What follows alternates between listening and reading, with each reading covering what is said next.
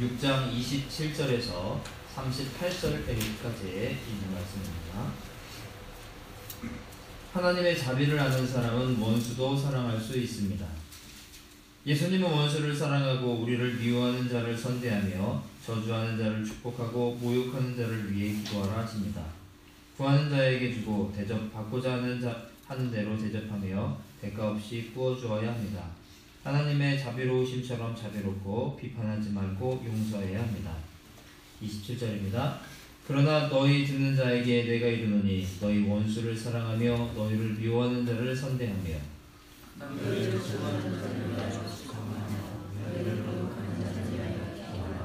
너희 입뱀을 채는 자에게 젖밤도 돌려대며 내 겉옷을 빼앗는 자에게 속옷도 거절하지 말라. 내게 구하는 자에게 주며 내 것을 가져가는 자에게 다시 달라하지 말며 남에게 대접을 받고자 하는 대로 너희도 남을 대접하라. 너희가 만일 너희를 사랑하는 자만을 사랑하며 진천하는 것이 무엇이냐 죄인도 사랑하는 자를 사랑하는가. 너희가 만일 선대하는 자만을 선대하면 칭찬받을 것이 무엇이냐 죄인들도 이렇게 하느니라. 너희가 하늘을 바라고 하늘을 베고 구하시면 칭찬받을 것이 무엇이냐 죄인들도 그만큼 받고자 하여 죄인에게 구워주느니라. 오직 너희는 원수를 사랑하고 선대하며 아무것도 바라지 말고 구워주라. 그리하면 너희 성이 클 것이요 또 지극히 높으신 이의 아들이 되리니 그는 은혜를 모르는 자와 악한 자에게도 인자하시니라. 너희 아버지의 자비로우신 같이 너희도 자비로운 자라. 비판하지 말라. 그리하면 너희가 비판을 받지 않을 것이요 정죄하지 말라. 그리하면 너희가 정죄를 받지 않을 것이요 용서하라. 그리하면 너희가 용서를 받을 것이요 주라. 그리하면 너희에게 줄 것이니 곧 우리에게 내어주고 흘러 넘치도록 하여 너희에게 알려주리라. 너희가 헤아림을 그 헤아림으로 너희가 헤아림을 또 받을 것이니라. 본문의 소리입니다. 대접받고자 하는 대로 세상에서 가장 힘든 사랑의 대상은 원수일 것입니다. 그런데 예수님은 내게 깊은 상처와 고통을 준 원수를 사랑하라고 명하십니다. 이처럼 우리의 본성을 거스르는 지침을 어떻게 실행할 수 있습니까? 그 해법은 남에게 대접받고자 하는 대로 남을 대접하는 데 있습니다. 사람들은 남에게 받은 대로 당한 대로 되갚고자 합니다. 그러나 예수님은 받은 대로가 아니라 받고자 하는 대로 행하라고 말씀하십니다. 작은 차이입니다. 그러나 그 안에 담긴 마음은 크게 다릅니다. 인간적인 사랑이 아니라 성경적인 사랑을 할 때 그 관계 안에 천국이 임합니다.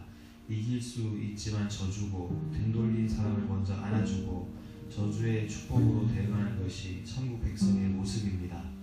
예수님은 대인 관계에 어떤 지침을 주시나요? 말 붙이기도 싫고 생각조차 하기 싫은 사람에 대한 나의 태도에 어떤 변화가 필요할까요? 원수를 사랑해야 하는 이유. 그리스도인은 세상 사람들이 하는 사랑 그 이상을 사랑해야 합니다. 우리가 원수를 사랑해야 하는 이유는 죄로 인해 원수가 된 우리를 하나님이 먼저 용서하시고 사랑해 주셨기 때문입니다. 하나님의 자비로 구원받았으니 우리도 원수에게 자비를 베풀어야 마땅합니다. 하지만 원수를 용서하고 사랑하는 것은 결코 쉬운 일이 아닙니다. 그래서 하나님은 그것에 대해 세상의 어떤 가치와도 비교할 수 없는 엄청난 보상과 영광을 약속하십니다. 복수의 칼을 품으면 결국 그 자신이 다치게 됩니다. 내가 누군가를 정죄하며 비판하려 든다면 그것이 부메랑처럼 내게 돌아옵니다. 나를 위해서라도 먼저 용서하고 사랑하십시오. 만일 하나님이 나를 용서하지 않으셨다면 나는 어떻게 되었을까요? 용서하기 어려운 사람이 있을 때 어떤 진리를 기록해야 할까요? 오늘의 기도입니다. 저를 어렵게 하는 사람을 만날 때 가시가 돋보랍니다. 그때마다 그 가시에 들리면서도 저를 늘 품어주시는 주님의 사랑을 기억하길 바랍니다. 저를 용서하시고 끝까지 사랑하신 주님처럼 저도 사랑을 가리지 않고 흔드는 자비로운 그리스도인이 되게 하소서. 할렐루야. 오늘 아침에 건강하셨습니다. 오늘 말씀을 통해서 하나님께서 주시는 이와 같은 미래의 말씀이 있다고 생각합니다. 네, 오늘 말씀을 보게 되면 원수를 사랑하라라는 그 대명제가 나오고 있고요. 우리가 그 말씀을 듣게 되면 참 어찌 보면 말도 안 되는 그런 소리 아닙니까? 원수를 사랑하라. 사실은 우리가 사랑하는 사람, 뭐 가족이나 연인을 뭐 사랑하기도 사실은 힘들죠. 우리가 맨날 사랑하는 거 아니잖아요. 가족들도 마찬가지고요, 연인들도 마찬가지고요. 살다 보면 서로 부딪히면서 서로 싸우기도 하고 미워하기도 하는 그런 부분이 있거든요. 그렇게 내가 사랑하는 사람이다라고 하는 그런 사람도 사랑하기가 참 힘든데, 오늘에 있는 말씀을 보게 되면 원수도 사랑하라라고 오늘 말씀하고 있습니다. 그래서 참 우리가 세상 사람들이 받아들이기 참 어려운 말씀이 오늘에 있는 말씀이 아닌가 생각을 합니다. 그 예수 그리스도의 모든 그 윤리적인 가르침, 그 기본은요, 우리 모두가 하나님께 용서를 받은 사람이다라는 그 사실을 전제로 하고 있습니다.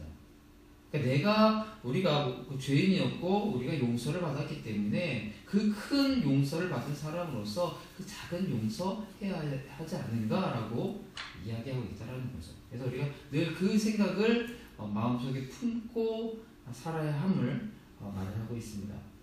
구약에 보면은 그 동해보복법이라는 게 나와요. 그게 뭐냐면 눈에는 눈, 이에는 이로 갚는 것.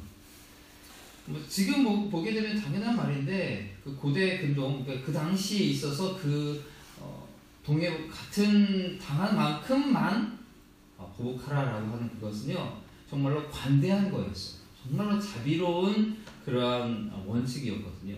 그 정도만 해도 참 괜찮은 사람이다, 도덕적으로 윤리적으로 정말 괜찮은 사람이다라고 했던 그 당시였, 그 동네였거든요. 그런데 오늘 단순히 그냥 동해복법으로 받은 만큼만이 아니라 도리어 사랑을 주라 라고 하고 있는 모습, 말을 우리가 듣게 되는 거죠. 우리 본성이라고 하는 것은요, 당했을 때 그냥 그만큼만 갚는 게 아니라요, 배로, 2배 아니면 3배로 갚아야 좀 통쾌하죠. 그러기를 원해요, 모든 사람은. 그런데 오늘 말씀하고 있는 원수도 사랑하라, 이 말은요, 상식을 뛰어넘는 우리의 기존 생각들을 파괴하는 그러한 말이다라는 거예요. 세상의 관습과 윤리는요, 자기를 사랑하고 자기에게 잘 대해주는 사람, 그런 사람에게 너도 사랑하고 너도 그만큼 잘 대해줘라 라고 이야기하고 있지만, 오늘 예수님께서는 그렇게 이야기하고 있지 않아요. 제자들, 오늘 그러니까 예수님께서 말씀하시는 것은 제자들에게 하는 말씀이지만, 결국 우리 예수님의 자녀된 또 예수님의 제자들, 우리에게도 하시는 동일한 말씀이거든요. 오늘 우리에게 우리 예수 그리스도를 따르는 제자들은 단순히 세상이 말하고 있는 관습과 윤리를 뛰어넘을 것을 이야기하고 있어요. 사실 그게 쉽지 않죠. 오늘 그 원수를 사랑하라 라고 계속 말씀을 하고 있는데요, 그 27절 28절을 보게 되면요, 원수가 누구냐에 대해서 이야기하고 있어요. 27절 끝에 보면요, 너희를 미워하는 자, 그게 원수고요. 또 28절에 너희를 저주하는 자, 또 너희를 모욕하는 자, 이러한 사람들이 원수다라고 이야기하고 있어요. 이런 사람들이 내 주변에 있을 때 이런 사람들을 내가 과연 사랑할 수 있을까? 사실은 우리가 예수 그리스도를 믿는 사람으로서, 예수님의 사랑으로서 이런 사람들을 대할 때, 우리를 미워하고 저주하고 모욕하는 이런 사람들을 대할 때 내가 그 사람을 미워하고 내가 그만 받은 만큼 돌려주는 것, 그 정도까지만 안 해도 참 다행이다, 그 사람 참 사랑이 너무 많은 사람이다 라고 우리가 이야기할 수 있거든요. 누가 내 뺨을 때렸을 때에 내가 손을 들어서 나도 때리지 않는 것만 해도, 참는 것만 해도 참 저 사람은 대단한 사람이다 라고 할 수 있는데, 오늘 말씀을 보게 되면요, 참는 것을 넘어서 맞아 다른 뺨도 대라 라고 이야기하고 있어요. 참 어려운 말씀이죠.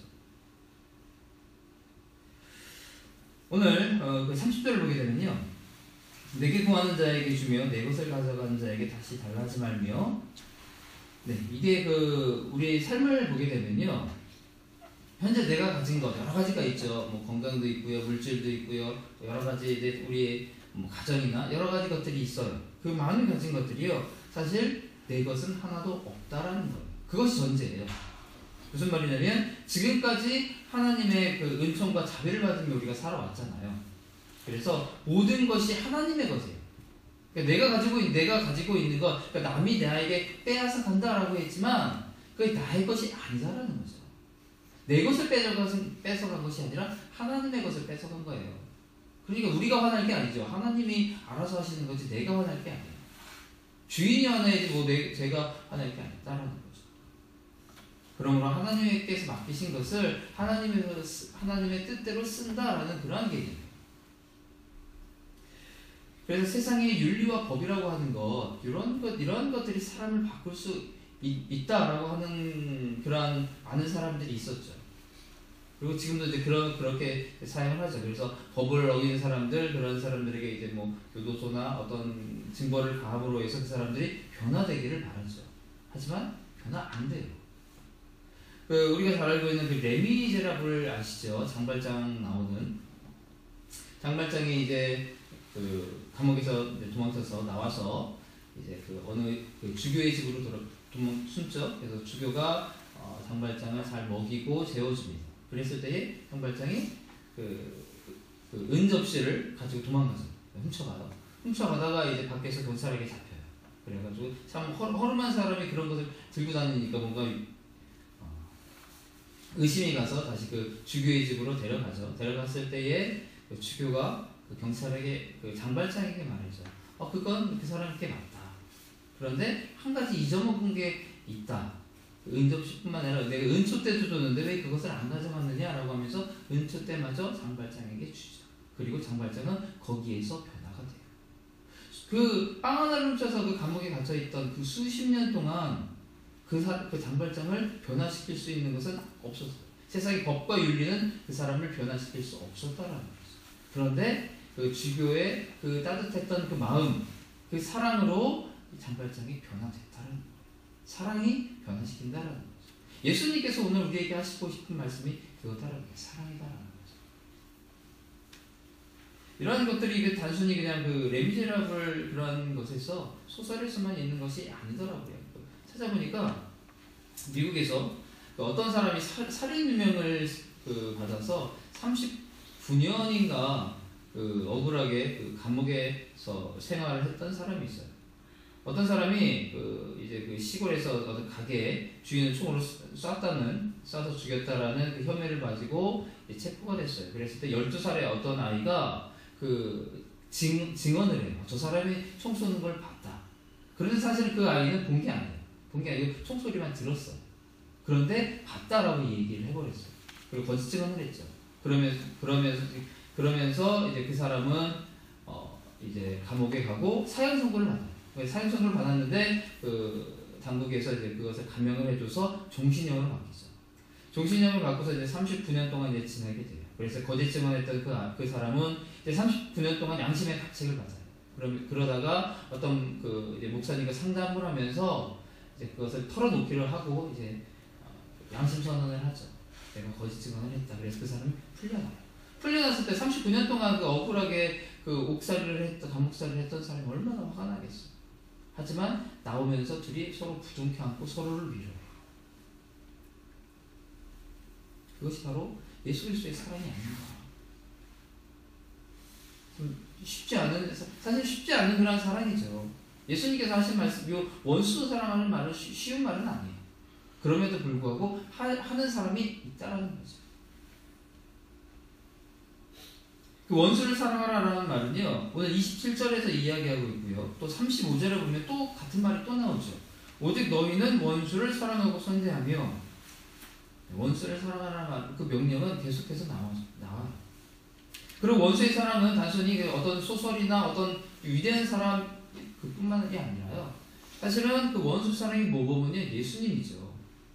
예수님께서 십자가에 달리셨을 때에 자기를 못 박았던 그 유대인들을 향해서 저주하고 욕했던 것들이 아니라 너희는 벌 받을 것이다. 너희는 각오해라. 라고 하는 것이 아니라요. 누가복음 23장 34절에 보게 되면요. 예수께서 이르시되 아버지 저들을 사하여 주옵소서 자기들이 하는 것을 알지 못하나이다. 그들을 용서해 달라고 하나님께 기도하죠. 바로 이게 원수를 사랑한다라는 것 아닙니다. 바로 모범을 보이셨다라는 거죠. 똑같은 그런 기도가 나중에 스데반의 순교 때도 나오죠. 예수님께서 모범을 보이신 그 사랑이 우리의 삶 속에서 나타날 수 있어야 된다라는 거예요. 우리 민족을 보게 되면요, 한민족을 보게 되면요, 참 재미있는 민족인데 우리가 한이 많은 민족이라고 하죠. 우리 우리 대표적인 그 민요 아리랑을 보게 되면 참 한이 많이 서려 있다라고 하는데요. 그래가지고 우리 민족만의 참 독특한 게 있대요. 그래서 화병이라고 우리가 얘기하고 있죠. 우라병이라고 하던 그런 것이 있는데요. 이 화병은요, 한 민족에게만 나타나는 참 독특한 병이래요. 이게 세계보건기구에 등재된 병이에요, 화병이. 근데 우리나라 사람에게만 나타나는 병이에요. 그래서 영어 그 병명의 이름도 화병이에요. 똑같이 영어로 화병이라고 기재를 해요. 한민족에게만, 우리나라 사람에게만 나타나는 독특한 병, 이게 바로 화병인데요. 이 화병이 뭐냐면 참는 거죠. 우리가 겉으로 나타나는 것이 아니라 그것을 마음속에 꾹꾹 눌러 담고 참는 것, 그랬을 때에 화병이 생긴다, 우라병이 생긴다라고 이야기하고 있어요. 우리가 원수를 대할 때, 원수가 나에게 해를 가고 위해를 당하고 나에게 나쁜 그런 마이너스적인 그런 것들의 행동을 할 때에 참는 것이 아니라 사랑으로 그것을 이겨야 된다라는 거죠. 참으면 화병이 생겨요. 예수님께서 예수님의 삶을 보게 되면요, 수많은 그 시간 동안 수많은 대적자들이 있었죠. 예수님을 계속해서 공격하는 사람들이 있었어요. 참 예수님께서 그 사람들에게 뭐라고 하지 않죠. 그럼 예수님께서 화병이 생기셨을까? 오늘 원수를 사랑하라라는 그 말은요, 이것이 35절 마지막 부분에 보게 되면요, 원수를 사랑하게 되면 상급이 주어져요. 또 지극히 높으신 이의 아들이 되리니 그는 은혜를 모르는 자와 악한 자에게도 인자하시니라. 우리에게 높으신 이의 아들, 하나님의 아들이 되는 특권을 주셨다라는 거예요. 우리 하나님의 자녀가 지금 됐죠. 하나님의 자녀가 됐으면 자녀답게 자녀에 걸맞는 그런 삶을 살아야 한다라고 오늘 말씀하고 있다라는 거예요. 자녀는요, 아버지를 닮게 되어 있어요. 왜냐면 보고 배우기 때문이죠. 아버지가 그런데 그 아버지가 은혜를 모르는 자, 심지어는 악한 자에게도 인자하신 분이다라는 거예요. 그래서 우리도 그래야 한다. 제가 그래서 오늘 이 말씀을 준비하다 보니까 참 나는 과연 어떤가 그런 생각이 많이 들더라고요. 그러니까 하나님 아버지를 통해서 저희 아버지 이제 수산하셨지만 아버지께서 이러한 사랑하는 그런 모습 참 많이 보여주셨거든요. 그럼에도 불구하고 내가 과연 그 사랑을 얼마나 담고 있는가를 생각하면 참 많이 못하고 있다라는 생각이 많이 들어요. 그래서 원수까지는 아니겠지만 제가 참 기억나는 게 그거예요. 저희 요즘에 이제 많이 춥죠. 추워서 이제 패딩을 입는데 예전에 제가 어렸을 때니까 오리털 파카가 처음 나왔을 때예요. 그래서 엄청나게 비쌌죠. 그랬을 때에 저희 이제 제주도에 사시는 고모가 그걸 사주셨어요. 그걸 큰맘 먹고 사주셨는데 그걸 두 분이서 이제 입고 가시는 거예요. 입고 가시다가 이제 구걸하시는 분 있잖아요. 구걸하시는 분을 지나가다가 이제 아버지께서 지갑을 열어서 주려고 하시는데 하나도 없었어요. 그러다 보니까 지갑에 아무것도 없다 보니까 줄 게 없잖아요. 그러니까 자기도 모르게 고모가 계신 걸 모르고 이것을 벗어가지고 주신 거예요. 그래가지고 이제 싸움이 난 거예요, 고모랑. 그런 것들이 있었어요. 그런 것들을 참 아버지가 이제 그런 것들이 있었는데 내가 과연 그러한 모습을 얼마나 닮았나라고 생각을 하면 참 못하고 있다라는 생각이 많이 들더라고요. 참 자녀가 아버지를 닮아야 되는 게 맞는데 그런 것을 못하고 있는 것을 보게 되면 참 많은 회개도 되고 많은 도전도 되고 마찬가지로 우리가 하나님께서 우리 아버지 되시는 하나님께서 그렇게 사랑이 참 많으신 분인데 우리는 과연 어떠한가? 아까 말씀드렸죠? 예수님의 모든 윤리적인 그런 가르침이라고 하는 것은요, 우리가 구원받았다라고 하는 죄인이다. 우리가 구원받은, 용서함을 받은 죄인이다라고 하는 것, 그 전제를 깔고 있다라는 거죠. 오늘 또 37절을 보게 되면요, 비판하지 말라 그리하면 너희가 비판을 받지 않을 것이요, 정죄하지 말라 그리하면 너희가 정죄를 받지 않을 것이요, 용서하라 그리하면 너희가 용서를 받을 것이요. 오늘 심판이라고 하는 것, 정죄라고 하는 것은요, 우리의 영역이 아니에요. 우리는 인간을 사랑해야 되는 부분이지 심판하고 정죄하고 미워하고 할 부분이 아니다라는 거죠. 우리에게 주어진 임무는요, 사랑에서 끝나. 사랑하면 됐지 더 이상 나가서 누구를 정죄하고 비판하고 아니다라는 거예요. 로마서 14장 4절을 보게 되면 심판은 하나님의 것이다라는 거예요. 우리가 관여할 부분은 아니다라는 거예요. 우리는요, 용서를 받은 죄인이. 그런데 우리가 누구를 심판해요? 나 자신도 지금 죄 가운데 있었잖아요. 내 지나온 삶을, 여러분의 지나온 삶을 한번 돌아보세요. 여러분도 예수님을 알기 전에, 예수님을 처음 만나기 전에는 어떤 모습으로 살았는가. 그런 것들을 생각을 해보면요, 누구를 정죄할 수 없죠. 손가락질 할 수 없어요. 왜냐하면 똑같이 살았거든요. 그래서 저는 그래요. 이제 청년들 아니면 중고등부 애들을 보게 되면 가끔씩 막 삐뚤어 나가는 애들이 있어요. 그렇게 보면 어떤 분들은 이제 손가락질도 하고 참 그러니까 예전 교회에 있을 때 보게 되면 그런 분들이 있어요. 중직자의 자녀들. 그래서 그 아이들 사는 스트레스가 되게 많거든요. 사실. 교회에서 바라보는 눈이 있고 하다 보니까 또 부모님의 위치가 있다 보니까 스트레스가 되게 많아요. 그래가지고 그러니까 잘 자라는 애들은 잘 자라고 너무 극단적이죠. 극과 극이에요. 또 삐뚤어진 애들은 확 삐뚤어지는 애들이에요. 근데 그 아이들을 보면서 많은 사람들이 또 손가락질도 하고 막 뭐라고 하기도 하는데 저는 그 아이들이 이해가 가요. 왜냐면 제가 극이었거든요. 잘 나가던 아이가 아니라 목사님의 자녀로서 극으로 달리던 사람이 바로 저였거든요. 그러다 보니까 그 아이들이 이해가 가요. 저 아이들이 어떤 스트레스를 받고 있는지, 어떤 생각을 갖고 있는지, 그래서 저 아이들의 모습을 보면서 참 이해가 가요. 그러면서 저 아이들도 하나님을 만나면 하나님께서 만져주시면 언젠가 돌아온다라는 거죠. 목사가 된 저도 있는데요. 그러니까 저도 나도 그러한 모습을 살았기 때문에, 나도 죄인된 모습을 살았기 때문에 그 아이들에 대해서 이해가 간다는 거예요. 여러분의 삶을 돌아보시면서 내가 예수님을 만나기 전에 내 삶이 어떠했는가, 다른 사람을 손가락질하고 내가 한 대 맞았으면 2대 때려주고 3대 때려주고 했던 나의 모습을 보시면서 여러분도 나도 그랬다 라는 거 하는 것을 늘 생각하셔야 된다는 거예요. 그래서 내가 누구를 정죄하고 비판하는 것이 아니라 오히려 그들을 사랑하고 그들도 곧 언젠가는 나 같은 내 자리에 서 있다라는 거죠. 서 있을 수 있다라는 거예요. 우리가 사랑해야 된다라고 하는 거 너무나 잘 알지요. 그건 뭐 믿지 않는 사람들도 그리스도인들은 사랑의 종교다라고 하는 거 너무나 잘 알아요. 그러니까 우리가 사랑해야 하는데 말처럼 참 쉽지가 않은 게 참 문제긴 하죠. 살면서 원수 같은 사람들이 없어져야 되는데 계속 생겨요. 한 명 처리하고 나면 또 어떤 사람이 찌르고 그 문제가 해결되면 또 다른 사람이 또 찌르고 그런 부분이 생긴다는 거죠.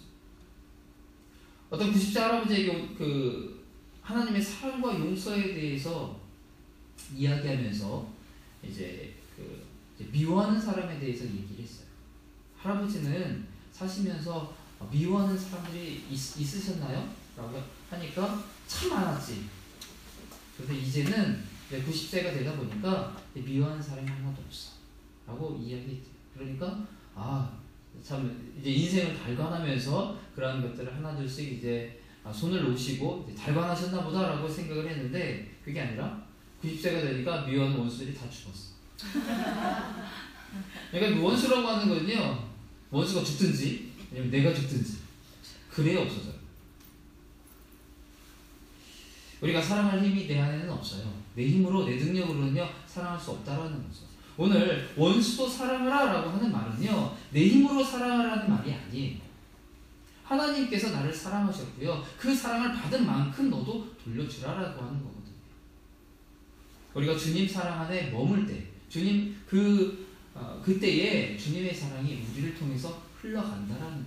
내가 아버지의 자녀이기 때문에 그 자녀답게 살면은 곧 그것이 바로 하나님의 사랑을 나타낸다라는 거예요.